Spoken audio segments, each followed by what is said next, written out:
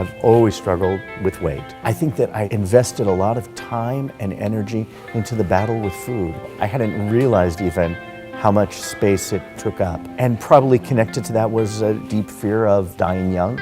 I was a cardiac incident waiting to happen.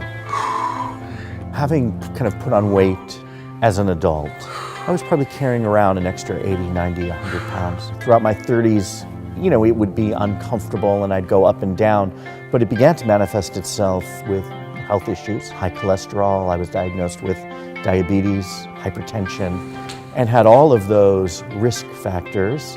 You know, I couldn't have imagined that it would play out with a cardiac event, but 2002, I'm in the pool with my son and start getting chest pains, and lo and behold, I had a minor heart attack.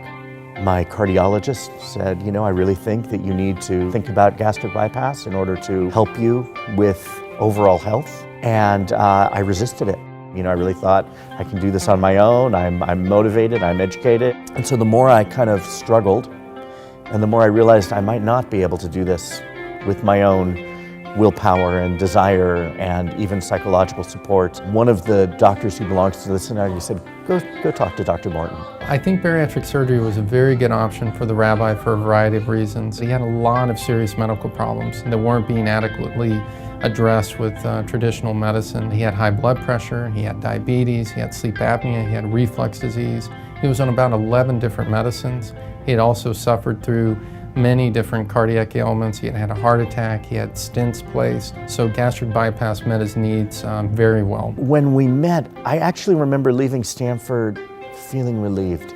I had kind of come to the point of nothing's working, and this is an option that really might give me the ability to succeed. The way we look at bariatric surgery here at Stanford is it's just part of the puzzle. It's a tool to help the patient. And after surgery, you have to be able to use that tool.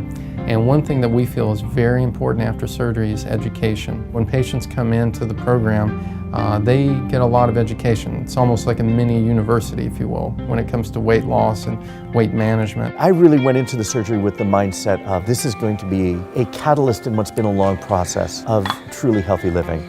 To have gone into this procedure and to emerge the day after with your diabetes is gone and you don't need medication, to have the blood pressure gone, to have all of those risk factors so severely reduced, that feels great.